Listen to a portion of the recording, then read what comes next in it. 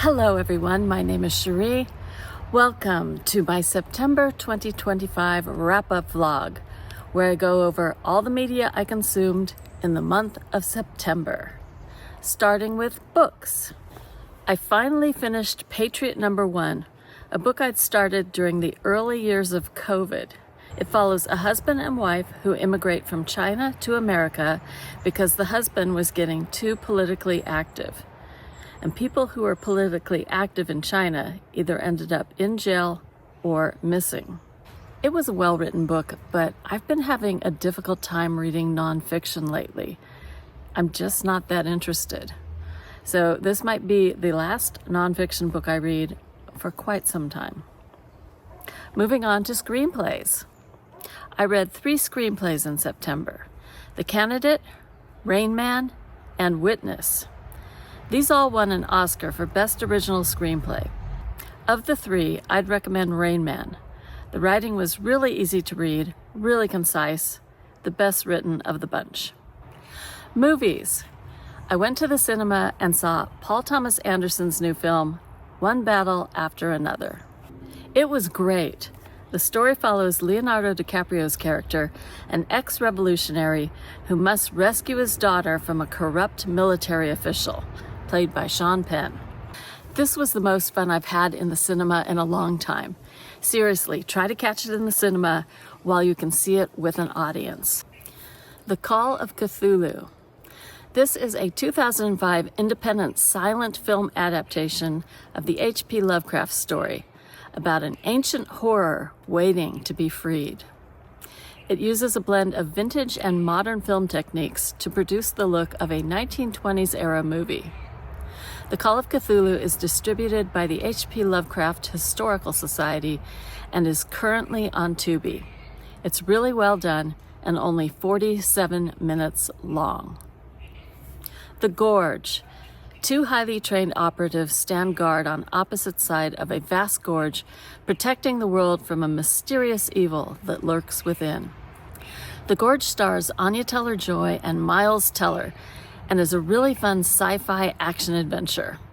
The Long Goodbye, a satirical neo-noir film directed by Robert Altman and adapted from Raymond Chandler's 1953 novel of the same name.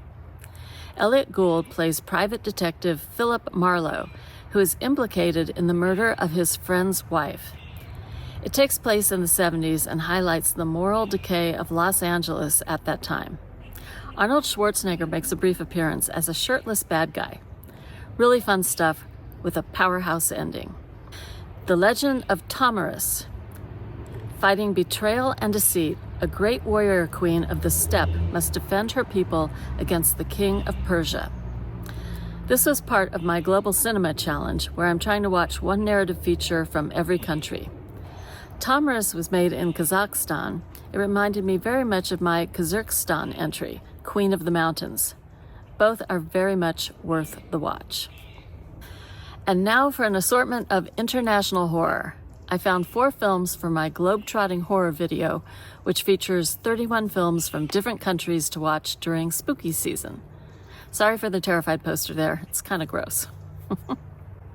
On to the Harvard list. I got through the next 30 films, half of which I had seen before. I want to talk about 5 that I would highly recommend. Akira Kurosawa's 1985 epic, Ran. In medieval Japan, an elderly warlord retires, handing over his empire to his 3 sons. However, he vastly underestimates how the newfound power will corrupt them and cause them to turn on each other and him. The film was inspired by William Shakespeare's King Lear and explores betrayal, greed, and the devastating consequences of unchecked ambition. Gorgeous color cinematography and massive battle scenes. Between Ran, The Seven Samurai, and High and Low, I couldn't say which is my favorite Kurosawa film. Wings of Desire by Wim Wenders. A guardian angel wishes to become human after falling in love with a trapeze artist. I saw this around the time it was released in 1987. It always stuck with me. If you've ever seen the Madonna video Bad Girl, directed by David Fincher and co-starring Christopher Walken, it's a direct homage to Wings of Desire. I just started rewatching this on the Criterion channel, and it's as beautiful and dreamy as I remember. Do the Right Thing. There was such a buzz about Do the Right Thing in my film school that a group of us all went to see it in the theater. I left practically in a daze and completely inspired by how powerful of a film it was. Do the Right Thing was my first Criterion Collection disc I purchased. I feel like this is a true American cinematic masterpiece. I hired a contract killer. After losing his job and realizing that he's alone in the world, a businessman opts to voluntarily end his life. When his own attempts at suicide fail, he hires a contract killer to do the job. Then he meets a woman and has second thoughts. Despite the morbid subject matter, I found this movie quite charming.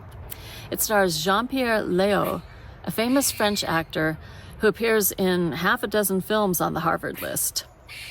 You might know him as the kid from The 400 Blows. I don't think this is a very well-known film, but if you come across it, give it a watch. Raise the Red Lantern. A young woman becomes the fourth wife of a wealthy lord and must learn to live with the strict rules and tensions within the household. I already spoke about this film a couple of months ago, but it's worth mentioning again. Gorgeous setting, cinematography, and sound design. Currently available on YouTube. And that's it for movies. I still have a couple of months to go until I finish the entire Harvard list.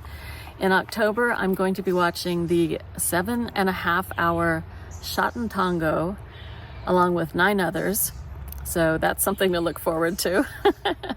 The Dumpster Donna pitch deck is almost done with the revision. I just have to rewrite the synopsis, and then I can send it out for feedback. And that's it. Thank you so much for joining me, and I will see you in the next video.